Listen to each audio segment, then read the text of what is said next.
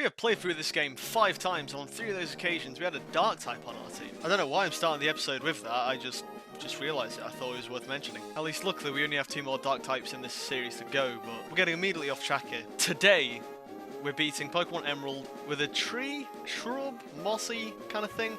I'm not 100% sure on what it actually is. This is certainly one of the more obscure characters, in the sense of every previous episode's going to be like, can you be it with just a candle? Just a puppet, or like objectifying them to the extreme. That was my way of making it so people watching this won't feel, I guess, specifically alienated, because if I just say, can you beat it with Percy, they're not going to know who Percy is, why would they click on it? Just a puppet kind of makes it sound a bit, I guess, more knowing of what they might get into, I don't know. So the plan was, since some of these aren't easily objectifying in the sense of some are completely unique species, I'm doing it half and half in the sense of the first half of this series are going to be based on characters what are easily objectifiable, whilst the other half are going to be a little bit trickier to do so, and I might just end up using their names. Now this character, his name's Twink, he was going to be on that part too, but 'tis the season and all. He's closest to a tree, I figured. Might as well. So this is Twink, the tree shrub thing, grass and poison type, the ability Poison Point, and the 3 starting moves, Smog, Vine Whip, and Leech Seed. He's grass and poison because, well, he's a bit of a trashy kind of shrub. He's a bit dirty, a bit of an asshole kind of thing. So we know Smog because, again, trash. Vine Whip, his arms are pretty much vines, so he slaps people with them. And Leech Seed, well, again, the idea of him being this asshole character, he leeches off people around him. Because that was the original intent behind his design, that he was essentially just a bully, just an unlikable kind of character. But over time, he kind of became this swab kind of character. So, although I wouldn't say he's specifically unlikable now, he's certainly still a little bit off, morality-wise. And there's always one good thing about him. Since it's a grass type, Roxanne, well, I lost. Nah, I'm messing. Everyone knows grass is awesome against rocks. That's why everyone picks Bulbasaur and Trico. I say that's incredibly not true, but still. So yeah, Roxanne was incredibly easy. Brawly was not. And I'm honestly not sure if it's for any specific reason other than Twink has very bad defenses. It's slightly meant to play off the idea of a bully can usually dish out really easily, but can't take any of it himself. But, you know, again, he keeps talking about his little characters. In my defense, this is a video based about them, so I feel like I'm in my right to talk about them a little bit. But still, I'm talking as if I've got criticism for talking about them too much, but I haven't gotten any criticism at all, because no one watches these. Hooray! Anyway, I skip Brawly and just go straight to Watson. I should also mention, that Twink learned Brick Break, and so made him learn that. That's, again, because I like the idea of there being a... Once Twink realises he's an asshole and no one likes him, he kind of starts bettering himself, so he does like kickboxing or something. And I feel like Brick Breaks embodies that a whole lot better than most other fighting type moves. In fact, in hindsight, I probably would have made Twink a grass and fighting type rather than grass and poison. But I just feel like, looking at him straight on, he's definitely more grass and poison than he is grass and fighting. Because just because he can fight doesn't make him a fighting type, you know, like that grass and poison is in him. The fighting's just a thing what you learn extra, I guess. If you had a 3rd type, it would be fighting, but I digress. So I mentioned Watson about 20 minutes ago, let's get back on track. Will the added move of Brick Break help us against the Magneton? It certainly made it easier, but I didn't win on my first attempt. I grinded a little bit beforehand because from previous experiences, something told me I wasn't going to beat Watson until I was like level 30-ish. So when I tried out at level 30, I did get close. But I realised I didn't need to grind anymore, I just had to keep at it. I should also mention, Twink learned Razor Leaf, so didn't know where else to put it, so here we go. I say also I should mention, I'm going to say way too much, about 20 more times than too much. But I digress. What more can I say? I just kept going at Watson until I eventually beat it. What I should mention is, at the beginning of the game, before Roxanne, I usually pick up a Cherry Berry, and this is specifically for the Watson fight. Since I want to say there's like a 89.2% chance of me getting paralyzed during the fight, having a Cherry Berry on the character, paralysis really sucks because there's a chance that A, you'll miss a turn, and B, it slows your speed down immensely. So it's kind of awful, you need to avoid it, and the Cherry Berry will make you heal from it. And well, I forgot to pick one up, so this battle was made 17 times harder because I forgot to pick up the Cherry Berry and I kept getting paralysed. That's probably the main reason why I found this so difficult and why I lost so many times. Kind of weird how just one item can really make the difference between a fight being easy and difficult. So after we beat Watson, we went up to the Mount It's not Mount Pyro, that's the ghost one. Excuse my stupidity. It's Mount Chimney. So we get up to Mount Chimney to fight Team Magma and Maxi. And this is where we find a Pokemon what wasn't too challenging in previous playthroughs, but is an absolute problem in this. Zubat and Golbat and Crobat. The bats, basically. Being poison and flying is actually a really terrible type when against, at least for my grass and poison type to face, as I only have grass, poison and fighting type moves, all of which are literally, yeah, all of them are just 4 times weak to Zubat. And considering most Zubats are going to know things like Aerial Ace and Wing Attack, moves that can easily knock me out in one hit because of my bad defenses, it created an issue. A big issue. I even had this dumb little strategy where I try and Leech Seed the Zubat and use Dig. I taught Twink Dig. And even though Dig wouldn't hurt the Zubat, the idea was it would have a free turn where it couldn't get hit because it was on the ground and I could just heal from Leech Seed. I realised in hindsight, I thought it was a big brain play, but it was actually a terrible idea and concept because, well, when I rose up from the ground, I was free to get hit anyway. It was a dumb idea. I kept Dig for about 20 minutes because I learned a better move after it anyway. But it's worth mentioning that I tried a lot of different things here, none of which were working. What I had to do was Leech Seed the Zubat, keep using Razor Leaf, hope to get a couple of critical hits, and hope when it uses Supersonic, I just ignore the confusion and managed to hit it anyway. That's pretty much how I won. A little luck based, but I got past it eventually. And now I have to face Maxi with his own. Yay. Keep in mind, the camera up wasn't a problem. I had Dig at this point, just a Dig or two and it's gone. And to be fair, Razor Leaf probably would have done decent damage because it's part ground and I could have got a critical hit. Either way, camera up was not a problem in this battle. That's a little foreshadowing for you, I guess. But, you know, the bat was. Especially when it evades my Leech Seed. I hate when that happens. I actually hate when that happens. Not even relevant to this challenge, that's just me venting a little bit, but I hate when it says it evaded Leech Seed, because why? Why do that? Why play with my brittle emotions, game? I digress. I got a clutch win on the Zubat eventually. Just a similar strategy, just keep attacking and hope it dies before you do. Simple. So remember about 20 seconds ago when I terribly and forcefully foreshadowed camera up not being an issue? Well, he wasn't exactly one, but it's a similar segue into Flannery. That was terrible.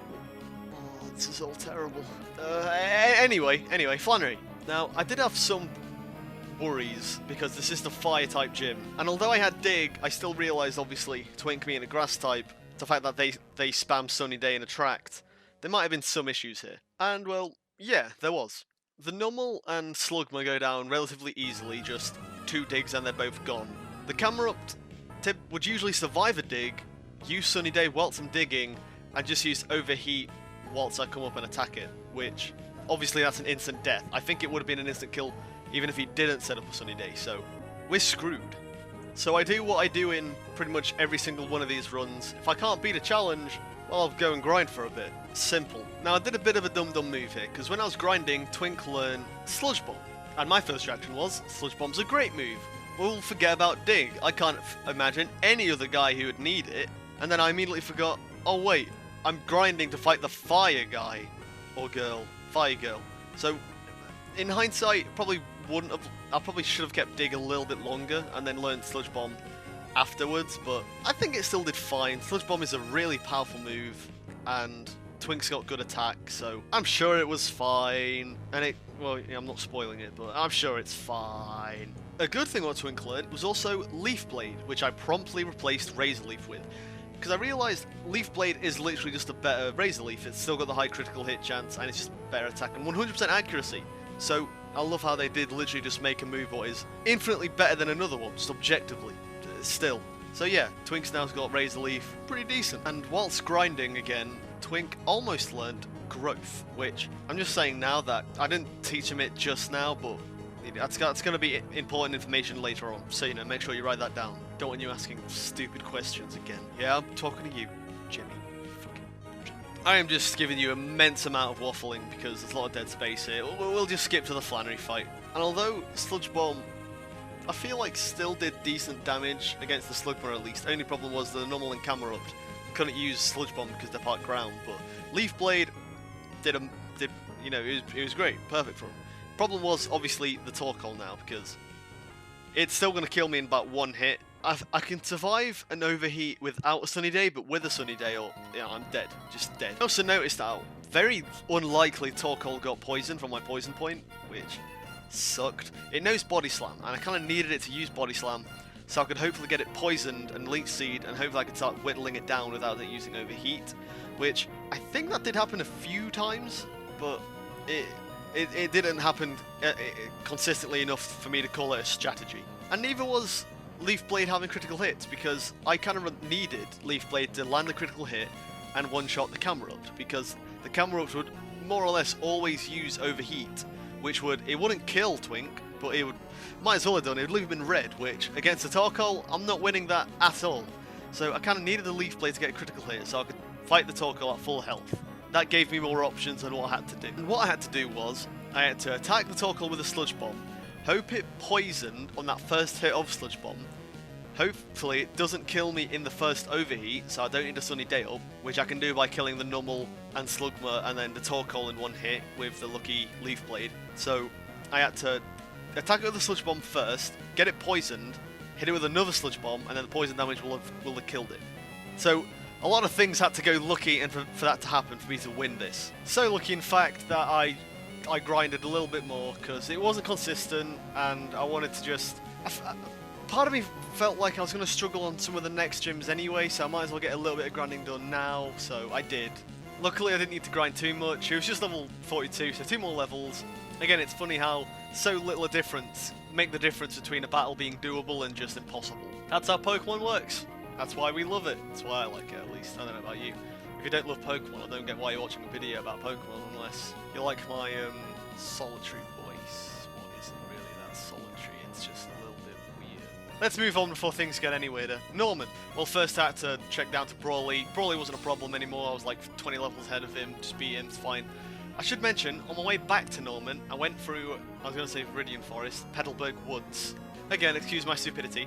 I went through Petalburg Woods to pick up the Miracle Seed, which powers up Grass-type attacks, which, Twink being a Grass-type, it's very nice. I would have also picked up the Poison Barb to help with his Sludge Bomb, which I feel like would have been amazing, but you can only get the Poison Barb to power up Poison-type moves by stealing off wild Cacnea or Rosalia, which, yeah, I'm not doing that. I'm not wasting all that time, which it's a bit sad that there's not a better way to get them, but I guess it's cool that there's a way to get things. We're getting very off track here. Norman was not a problem at all. I had Brick Break, so I don't know why I thought it would be. So yeah, the only problem was the slacking. Or I had counter, so if I didn't kill it in one Brick Break, which I didn't, it'd counter and kill me instantly. So I'd use Leech Seed instead, and then while he's snoozing, I'll just Brick Break him again, and boom, sorted. And now I need to bring up a very serious problem, a series of very unfortunate events. Winona. I could take on the Pelipper and the Tropius and Swabbly just fine. It was the Altaria and the Skarmory what caused problems. It wasn't a fact of I couldn't do damage. I had Brick Break for Skarmory, I had Sludge Bomb for Altaria. Well, they both did decent damage. The biggest problem here was the fact that they are all flying types. Therefore, they all have flying type moves. With Twink's terrible defense, all flying type moves are not good, and I would die very quickly in the fight. Now, usually I would, if I'm struggling with Winona, I would just skip Winona, do the Mount Pyro stuff to gain a few more levels, and then get Winona on the way back. This was not the case. I couldn't do that here either. Twink just wasn't doing enough damage and just wasn't taking enough hits, so I skipped Winona again. Which, yes, it cost me a lot of time because of Winona, I don't have Fly. I can't just fly to the locations I need to go. I had to bike there, which some may argue it isn't fair because I am timing these runs, kind of. I am kind of statting all these down and see what is the best character to do what and all that jazz. So, is it fair to make Twink skip Winona and waste time not flying? I think that's fair because if a character cannot beat Winona and cannot get Fly, then that's their problem as a character that, well yeah, it takes them more time to go places because they weren't strong enough to beat Winona. That's just a thing that they can't do. I don't think that's unfair or gives them a disadvantage, that's just a problem with the character. Slightly unimportant tangent aside, let's go back to Maxie. Oh god. That Zubat that was once a minor inconvenience is now a Crobat. Well, isn't just a minor inconvenience, it is now an immediate death sentence. There was nothing more I could do. I couldn't Leech Seed it, I couldn't Sludge Bomb it, anything what I would do, I would immediately just get killed with an aerial ace or a wing attack. So I had to grind. Luckily, not as much as I would have thought. I was planning to grind for about, until I was level 60. I only had to grind until I was level 55, and I just managed to win barely. I was going to try and use the Leech Seed strategy, and it did work, but I only managed to beat it because of a very lucky clutch critical hit Sludge Bomb. I genuinely don't think I would have beaten it if not for that fact. Part of me feels like I would have had to grind level 60. It doesn't matter now, though. It's done. Let's move on. On my way back, after doing all the minor Team Magma and Aqua stuff, I go back to Winona, beat her. Luckily, my Brick Break was now doing decent damage to the Skarmory, and I managed to win. Good, I guess? It should not have taken that long, do not get me wrong, but it's done. We can now fly. Let's move on. Now, after Winona, it's not usually after Winona, after the main Maxi battle, I should say, we all know what comes up. Titanizer. Although I am Grass, I am also part Poison, which is weak to Psychic, and I believe Grass is weak to it as well. How well do I do against Titanizer? Considering I am Grass and Poison, surprisingly well. Well, keep in mind, the Lunatone, Solrock, and Claydol are all weak to my Leaf Blade, and as far as I'm aware, Xatu is very easy to lose to my Sludge Bomb. So, I tried level 58 a few times, and I got very close. I wasn't winning though, so I just decided to grind only a couple levels, just to get myself up to level 60, and see how well I could do there. And yeah, I won immediately. It was amazing. It's awesome. Again, for those who haven't watched the other episodes, which I wouldn't blame you at this point, it's a bit weird, but Titanizer are I rather struggle on them or find them immensely easy, and it's always nice to get the easy bit, because when they're difficult, when they're hard, they're really hard. So oh god, it's getting a little bit, we'll leave that there. And again, the Archie battle, immediately what we had to face afterwards, yeah, the Crobat caused a bit of an issue, got very lucky actually winning it without taking like 50,000 attempts with Maxi, just thought it was worth mentioning. It's weird, because I always watch these videos. I love watching those kind of videos where, can I beat Pokemon with just a Parrot? It's the Shuckle Challenge! Or stuff like that. But I've always wondered how it was like recording them, and where the people were like, should I mention this? Should I mention that? Like with this, if you're doing a Magikarp challenge, the reason why they are like 2 hours long is because they need to talk about every single battle, because every single battle was challenging. But when they're doing a thing like, how quickly can you beat Pokemon Red with just an Alakazam? I always wonder, they need to touch on every gym battle, obviously, but like, I always wondered how much they need to touch on things like, I beat this, and now that I am not doing those kind of challenges, because I'm nowhere on that level, but now that I'm doing similar kind of videos, it's always weird being like, that's probably how they did it. Or not, I could be completely wrong, which wouldn't be the first time. Again, it is weird watching people do a thing what you're doing, but like on an immensely professional level. Like, when you look at someone and you're like, I can do that, and you actually try and doing it, and then like the person you're trying to, I guess, kind of impress by doing that, in the sense of, I can do that as well, look at me. But, like, when you watch that same person do what you just did, but like infinitely better, it's always like, neat. I'm not complaining, it, gives me something to watch. Oh wow, we just skipped over the entirety of the world ending. No bother. At least we have time for our favourite gym leader, Quan? Yeah, I'm sure that's how you pronounce it. So yeah, I don't need to mention anything about him. Him being a water kinda gym leader. I think it is water, isn't it? Yeah. Being a water gym leader, grass type, leaf blade, boom. Elite Four time! Woo! Oh god, that hurt to listen to. I am so sorry. I'm keeping it in. Do not get me wrong, I'm keeping that in, but I'm sorry. Now, after our last playthrough, the one where Sydney was an unbearable asshole, after losing once to something what I would consider luck, kept missing my attacks. So after that, I was so annoyed, immediately annoyed, I was just like, let's just grind for a little bit. Because again, I realised Twink was at a relatively lower level compared to the other runs. Let's boost his numbers up, give him a better chance. I'm sure he'll do fine. Let's try again at level 68. Well, with Sludge Bomb, Sydney wasn't really a problem. Although, I feel like he wasn't. I feel like I did just get really unlucky that first attempt, but I don't care. I got past him relatively easily. We're good to go. Although, there is one little problem. Twink doesn't have any setup moves. Now, again, if you have watched these previous episodes, which don't blame me if you haven't. Now, two moves have been incredibly good godsends.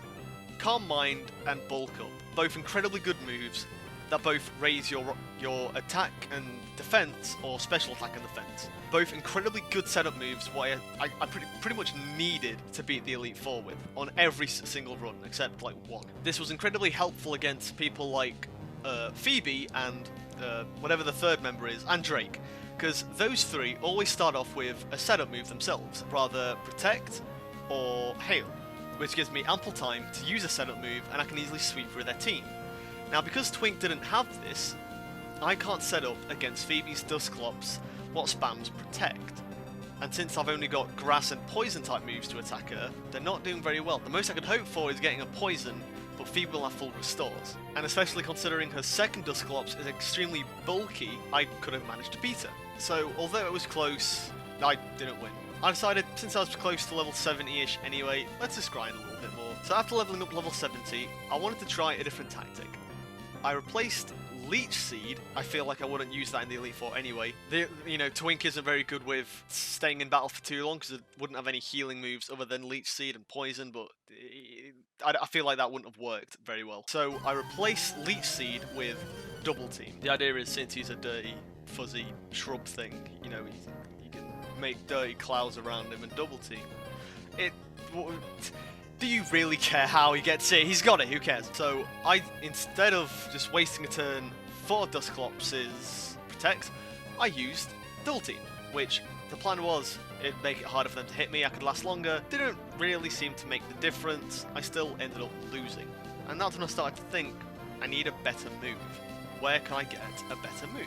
Now, as I foreshadowed earlier, this is when I went back to get a heart scale, go back to that town what I feel like everyone just kind of forgets about, and teach Twink growth. Now, although not as good as Calm Mind, still incredibly useful in this scenario, heightens special attack, which in this case, Twink's grass type attacks, which is pretty good because he's also got the Miracle Seed. We've got some high grass attacks going up, especially with the Leaf Blade, high critical hit chance. I say we've got a pretty fair chance now. So long story short, although it was incredibly close for my first attempt, I did manage to beat Phoebe with my new growthed up Twink. Oh god, that phrase is a little bit... Anyway, so after Phoebe, we go on to the third member, the Ice type one, which I feared a little bit because I am grass, weak to ice, although I have Brick Break, and although I don't have any moves to boost my regular attack, I still gave it a go. Now instead of going for Brick Break, since I have growth, I just decided to use growth and go for Leaf Blade, which knocked out both Celios and the Walrein really easily. But for the Glalie, since they weren't part water, I figured I'll go for Brick Break. In hindsight, probably not the best move as I died in an Ice Wind and an Ice Beam straight afterwards, so yay. Didn't stop me though, I threw myself straight back in, this time not using Brick Break for the Glalies, sticking with Leaf Blade, this time sneaking in a couple more growths where I can when they're healing, and yeah, boom, won. Hooray! Now Drake, again, was a bit of a problem because grass, fighting, and poison against dragons, flyings, and ground types. And considering most of those have flamethrower, I'll go back to the grinding board. I don't even need to mention the first three at this point. I was level 75, all three of them were easy at that level. Does being level 76 now make the difference for Drake? Nope. At least not immediately. I kind of realised there was a lot of things to try out, and since the first three members were so easy, I just kept at it and tried out different strategies to see what worked and what didn't work with Drake. And the biggest problem here was, mostly, I want to say, was the Salamence, which has Intimidate, which, yeah, isn't good considering Sludge Bomb is physical in this, and I felt like that was one of the main moves I kind of needed against the Salamence, as Brick Break and Leaf Blade probably wasn't going to do too much. And it just came to the point where I wasn't going to win this, I need to grind even more.